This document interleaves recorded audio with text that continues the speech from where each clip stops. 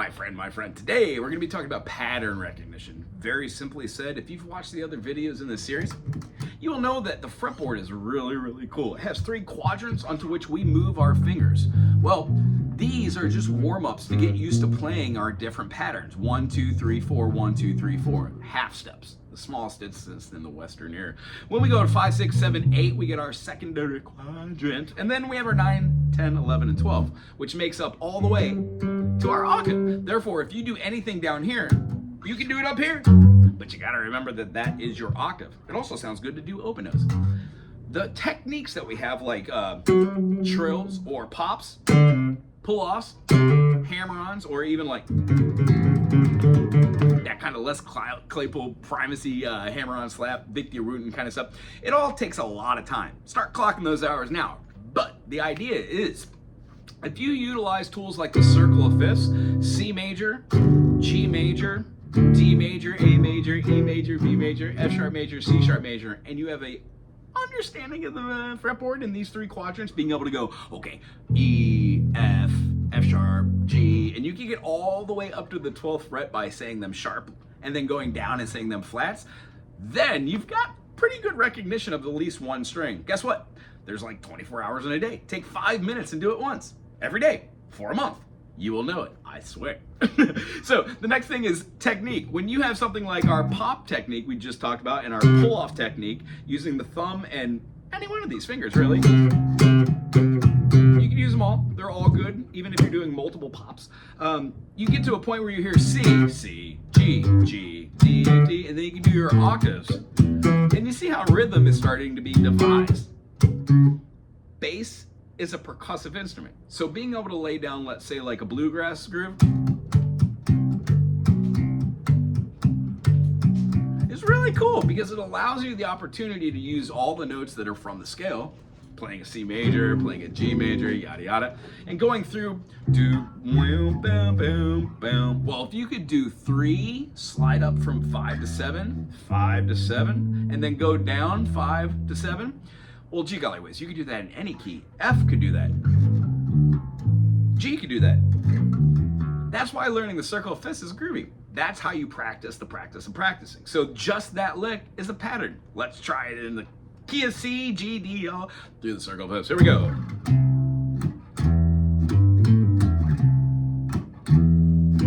Now G. And I know it sounds like Zeppelin, but now we're gonna go to the D. Now we're going to the A. Notice how I'm using my first finger because that's the lowest note in that quadrant. And then I'm already there already.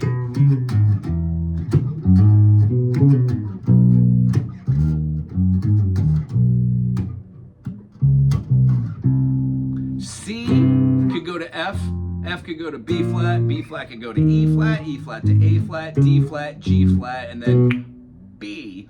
And you are back at your circle of fifths, going up to the C again. If you practice just that pattern in all of your circle fifths, then your circle fourths, doing your sharps and your flats, you have just tackled all 15 keys playing the same pattern. I guarantee you, if you play your spider exercises, and you could play 4 notes, and then you just start changing those notes, what happens is the brain starts remembering these patterns. So, if 1, 2, 3, 4, oh, by the way, I'm not playing the 5 string because some people don't have a 5 string, just playing the E. Cool. 1, 2, 3, 4, and then the next line maybe 4, 3, 2, 1, and then 1, 2, 3, 4. If you could do patterns like this, and you could get them up to speed, the next step is to put something in there that doesn't fit in, and see if you can remember that.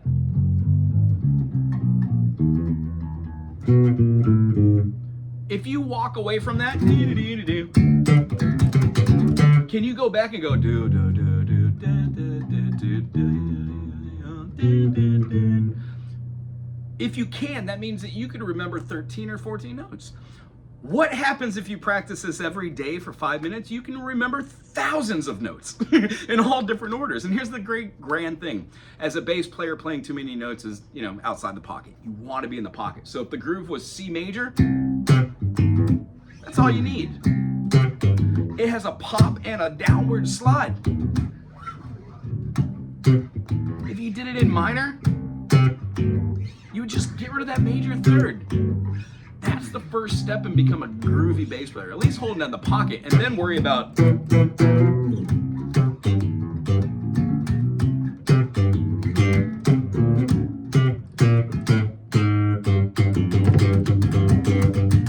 these are all just techniques that you work on every day. I'm not the world's best bass player. In fact, I'm not even a great bass player. I'm not even a good bass player. I just know my theory behind what a C, D, E, F, G, A, B is, and I've spent countless hours doing just this and hearing what notes are. It also helps listening to different types of musics, and that's what I'm going to leave us on. If you can play funk, well then try bluegrass. Try blues.